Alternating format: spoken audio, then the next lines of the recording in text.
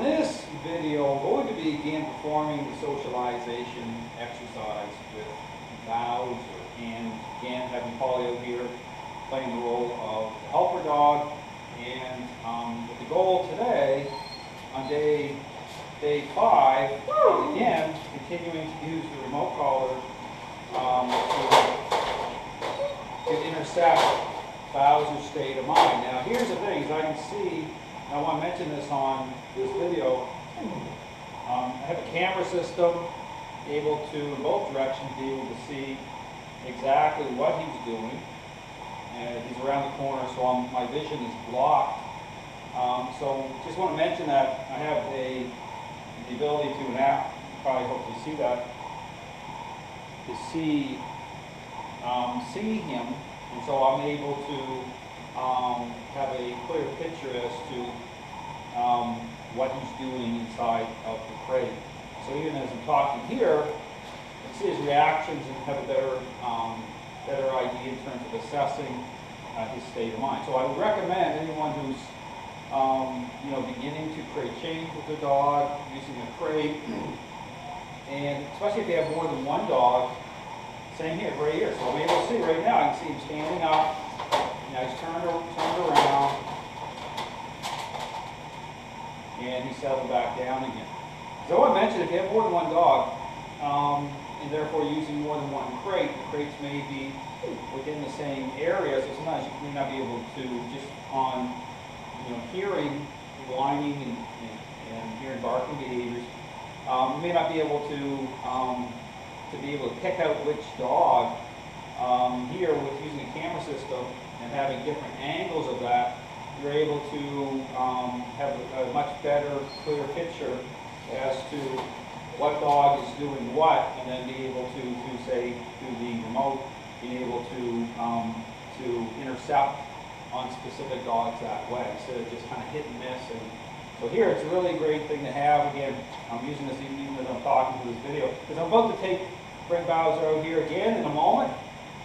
But again, as I'm talking through this is like kind of establishing, again, a kind of a pre-exercise before I even break him out, is to get him to calm down, because that's the whole point, is for him to understand that, hey, your mind isn't going to jump, because this relates to, again, how he's expressing, even because he knows that Polly's out here, and so he's already anticipating being able to connect, to express. And so what I'm doing here is I'm taking my time again, because again, this is about bridge building. With using this is where the remote collar is very helpful, with being able to lay the proper foundation, okay, to fade in even prior to. So the amount of time I spend is all about the level of dog he's investing. So here can you see him in the crate? His head's kind of turned away. Okay, he starts to relax a little bit more. And again, this is like a de-stressing exercise. So this is just about, I'm just using vibration. Just using the vibration setting, and just kind of, as I hear him, I'm just intercepting here a little bit.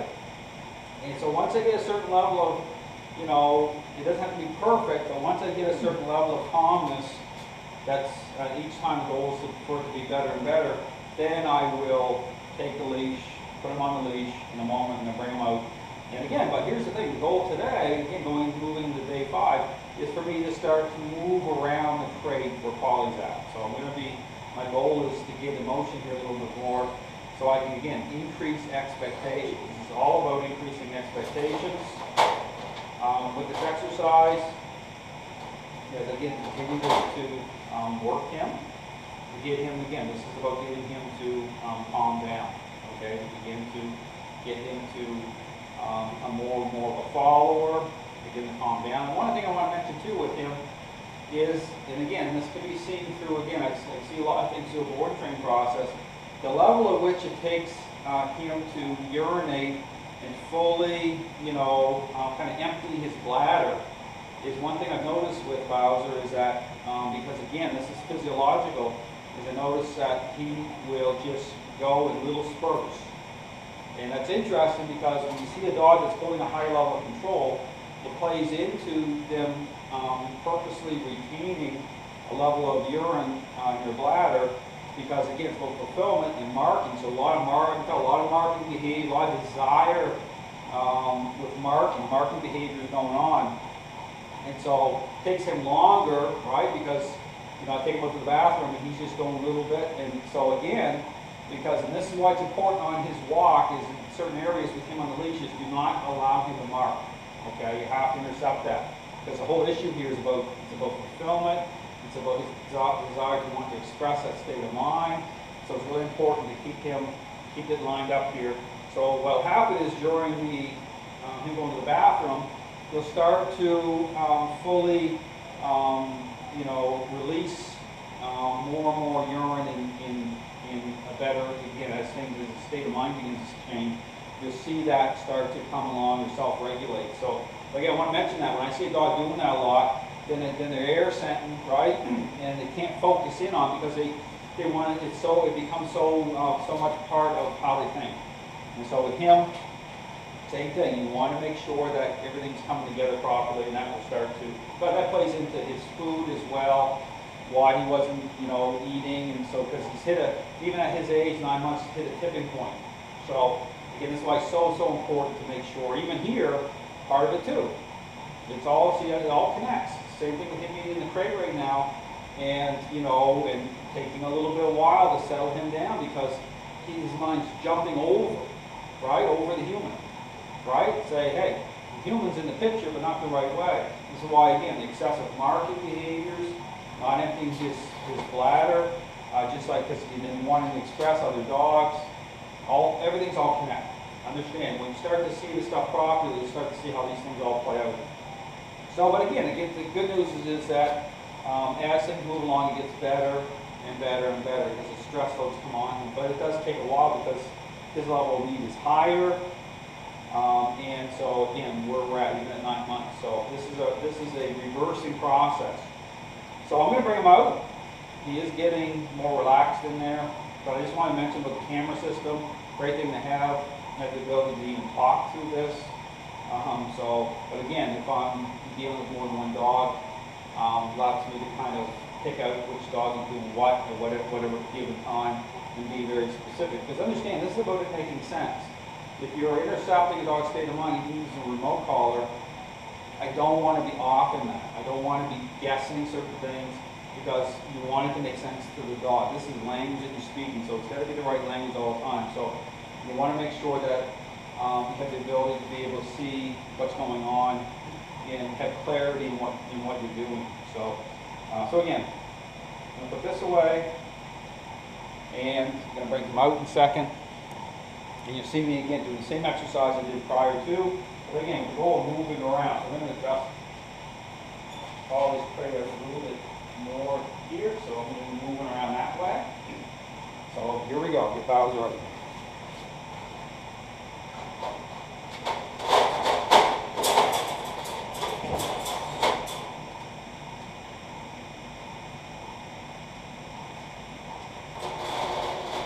Same thing as I get him out. Taking off the remote collar. Again, that's just used for the crate. Same thing. As soon as I come out, spin him around, right away. Put him into a sit. You notice his tail's wagging the whole time, because this is just about control. This is about relationship. So endorphins are kicking off. It's like a runner's high. So see his tail's wagging here, because he's like, hey, you know, kind of excites him a little bit. Right? So again, this is why you're doing this type of exercise very much dialed in. Right here, notice how I'm creating the situation here, circumstance, so he can't, you know, I'm not allowing him to be able to turn and be able to even get a look in. See right away, see how quickly I'm engaged here. So same thing, he knows what I'm doing. See, he gets a little desperate here. He's like, hey, I want to be able to turn around and take a look at, get a peek of Polly over there, because it's how his mind is moving. I'm not allowing that to happen. So right here, so see how I'm holding the leash? This is a great exercise. So what I'm doing here, I'm going for a level of calmness. I'm waiting for him to relax a certain level before I start to move. Because on this video, I'm actually going to start moving here a little bit And we're going to be showing you how that works and getting in motion, but I'll be working angles.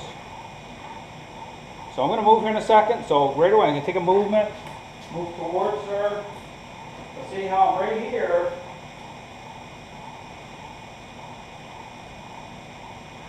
You know, I'm at an offset angle. So see that? He's got to forces him. He's got to still swivel his head. See his tail's wagging here. This is about control. It's a power play here. I'm going to put it down on him, some down pressure onto him. Again, locking my shoulder in, leaning into him, still tapping that leash if I need to, so he can't turn his head. Because I can push on his back here, but he can still try to swivel his head. So I have to be ready to tap it a little bit. See that? Got him down. Still very much aware. He can still turn his body if he wants to. See that? I'm still tapping.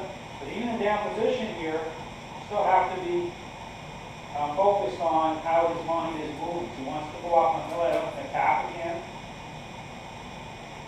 So it's beyond just a position, this is about his state of mind. So yes, he's in a down position, but you still try to establish a connection that way. I don't want him looking at her.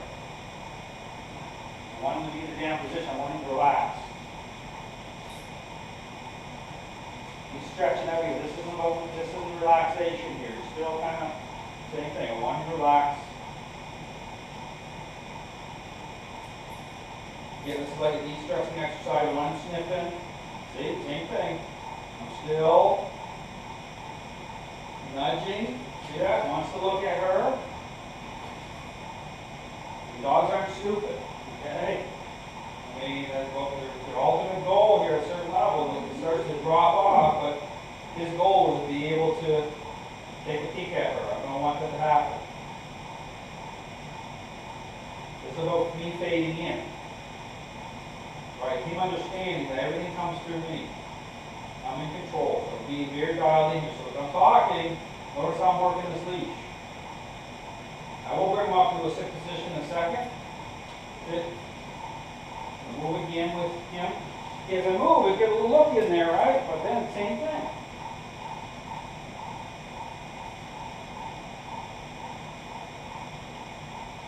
Want him to relax. So we're getting closer. So this video, a little better here. And this is a socialization exercise. It's the right way to do it. So notice I'm using the choke chain. That's up high in his neck here. Notice where my hand's at. Notice how I'm tapping that leash. See I'm tapping? See I'm tapping that leash. I'm going to put him back into a sit.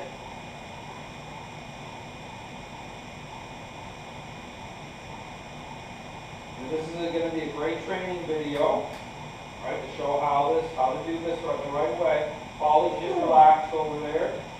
Done this many times. She knows the deal. She's saying Dale's doing his thing. She's out here. She's relaxed. She knows she's out here playing the role to help her, so she knows. She understands. Call her. She's like shark bait, right?